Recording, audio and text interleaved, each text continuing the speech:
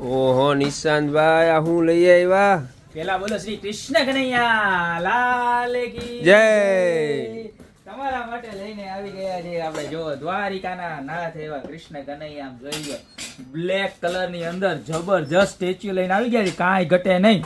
અને સાઈઝ ની વાત કરું તો અરાઉન્ડ 2 ફૂટ જેવી સાઈઝ છે ને, જબરજસ્ત માં જબરજસ્ત ક્વોલિટી છે. પ્રાઇસ ની વાત કરું તો માત્ર ને માત્ર રૂપિયા 1190 માં છે.